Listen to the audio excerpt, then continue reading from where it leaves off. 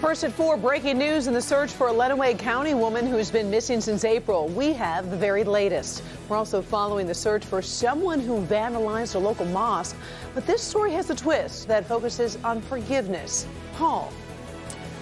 Oh, it feels like summer out there. Feast your eyes. But a correction is on the way, as our good friend Rod Maloney would call it. I'll have everything you need to know coming up first at 4. Right now, let's send it over to Paula. The traditional designated office space could be on the endangered species list. The world of work has changed. Employers need to recognize that. See how COVID is permanently changing many work environments. Local 4 News starts now with a breaking news alert.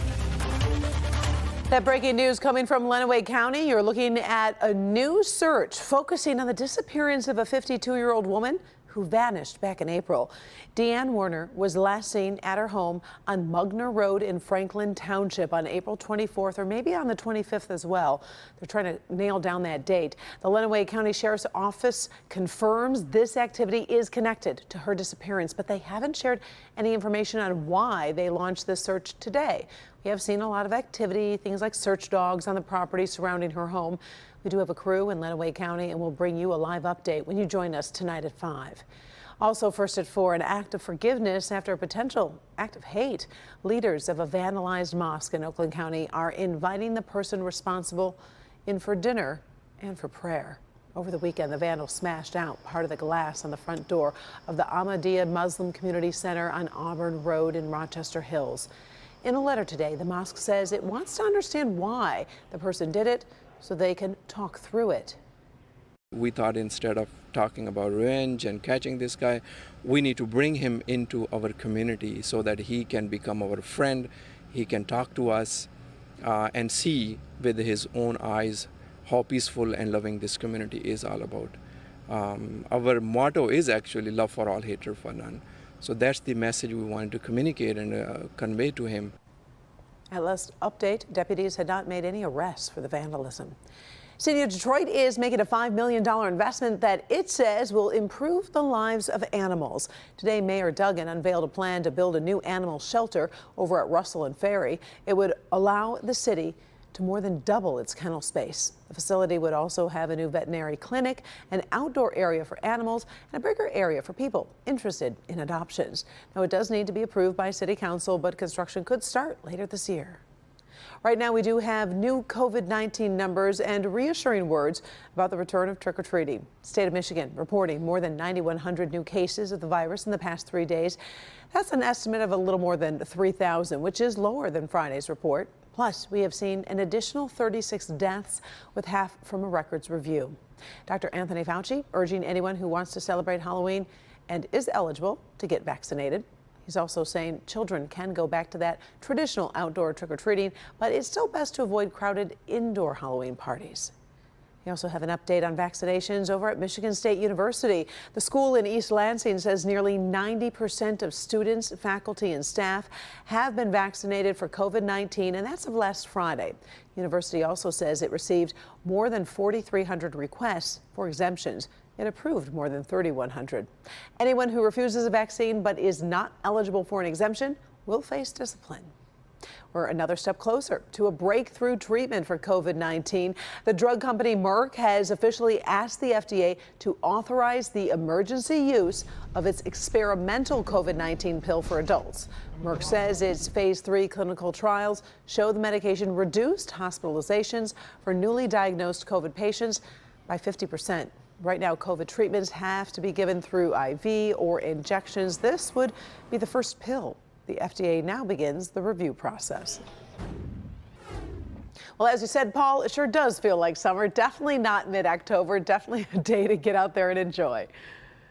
Oh, I'll tell you what, I stepped out early this morning and it felt like July out there. It really has been a summery day. Let's do some 4-zone weather here. We have 27 Celsius in Windsor, that's 80 Fahrenheit, 81 in the city of Detroit, 80 in Taylor, 81 in Livonia. Canton, look at you, you're at 80 degrees. Metro Airport officially at 78 degrees. In our South Zone, Carlton, you're at 80 degrees. Monroe also at 80, 79 Dundee, 80 in Saline, 80 right now over in Adrian. In our West Zone, Manchester, you're at 79 degrees. We have 78 at Whitmore Lake, 76 in Milford, 79 at Flint. pleasant. And in our north zone, sharing in the wealth, Port Huron, you're at 81 degrees. We have 77 in Deckerville, 78 in Sandusky, 80 right now in Lapeer. Storm Tracker 4 showing that we're dry. There are some pretty good storms affecting the Chicago area right now, but by and large, we're going to be dry through the evening hours, and it's going to stay balmy. I'll have the rest of the forecast and the changes coming our way in just a few, Karen. All right, thank you, Paul. Turbulent times are not over for Southwest Airlines and thousands of passengers. Some major flight cancellations that started over the weekend, and the delays and disappointment continuing into this new week. Kimberly Gill from the newsroom. So, Kim, anyone who flies knows that frustration when a flight is delayed or even worse, canceled. Karen, good afternoon. We've probably all been there. You're right. Looking up at the flight monitors, seeing the bad news flash across the screen. The past few days, thousands of Southwest passengers have been grounded and can't get where they want and need to go. A website that tracks airline troubles is reporting 10% of Southwest flights have been canceled today. Another 26% of its flights have been delayed. That's on top of the 2,000 flights that were canceled over the weekend. The airline has been blaming the problems on severe weather, air traffic staffing, problems in Florida, but the FAA has tweeted that it didn't see significant shortages this weekend. The pilots union is also denying any sick out over COVID vaccinations, but clearly something has gone wrong, leaving many passengers scrambling. I get home around midnight. I mean, it's better than nothing, but if this gets canceled, then I won't get home until Wednesday. They had to have known something was up. Why didn't they tell us? Why didn't they cancel them sooner or try to reschedule them? Now it doesn't look like anything's scheduled. They don't have any flights for the next couple days out of here.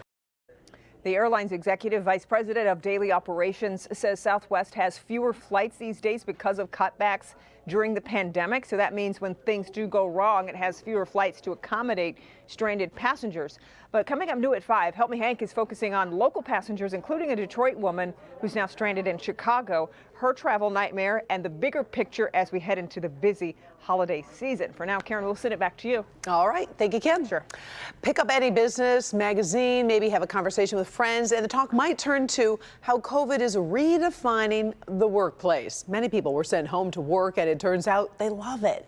Well, now that trend is turning into a challenge for employers. Paula Tubman joins us with a look at what that means going forward. And Paula, you join us, it looks like from home, right? Well, welcome to my messy home office, and this is pretty much where I start my work day every day. And I'm looking on my computer right now, and it's a website that tracks statistics from the U.S. Bureau of Labor and Statistics, and it says that I'm just part of 56% of the U.S. population now working remotely in some capacity. That's up from 23% before the pandemic. This website also says 90% of remote workers also plan on staying remote in some capacity. In the state of Michigan, you don't have to be a Game of Thrones fan to know that winter is coming, because in Michigan, winter is always coming. And commuting during winter was the thing that Kyra Robinson hated most about her job as a project consultant for a downtown Detroit company. Longest time is if it's a snowstorm or it's slick outside, then the commute, of course, could take longer to that, depending on how the traffic was. Spending 40 minutes a day on the road, longer in those Michigan winters, got old fast. But Kyra didn't realize how old until she was sent home to work remotely during the pandemic. And now she is sold completely and wants to stay remote. I'm saving with gas. I have a leased vehicle, so I'm saving on my mileage from driving into the office. I save money because I'm not eating out lunch, eating lunch every day. Professor Dave Strubler, an HR and organizational leadership expert from Oakland University, says Kyla is just part of a new wave. It is an employee's market. He says if companies want to keep talent, they need to poll their talent and then act on that polling data. Employers need to understand this, because if they leave them, it costs 45% of their salary to replace them. By the time you finish recruiting a new person, the time lost for work that isn't being done. Dan Ward, president of Detroit Labs, a tech company downtown, gets it, but he also gets some other things too. We were still very dependent on things like whiteboards, grabbing a marker, getting up on that whiteboard in person. A lot of those tools, really only existed in person. When he polled his 160 team members, the majority of them said they wanted to stay remote, and it turns out he likes it a lot himself. And so his company is now a remote workplace first and foremost. They wanted to be remote. They wanted that option. They didn't want to be forced to come back. And at Detroit Labs, right, our value walks in and out of the door or signs in and out of Slack every single day now. And we wanted to make sure that, again, we're creating an environment for them where they feel comfortable, productive, where they want to be. Okay, so here's the other thing about Detroit Labs, because I know that some people do want to come in and collaborate in person or need to. And so they do have 2 days that they've set aside for in-person work if you want to or need to, but by no means are you obligated to walk into that office. Here's the question, Karen, because there are also downsides to working remotely. A lot of people say they're working even harder and longer because they just can't turn it off. The question is whether or not this is permanent, or if this is just what it is for the near future. Lots more stories to do on this one. In the meantime, I did enjoy my commute to work today. Karen? Reporting live from Paula's den, library, whatever it is. It's beautiful.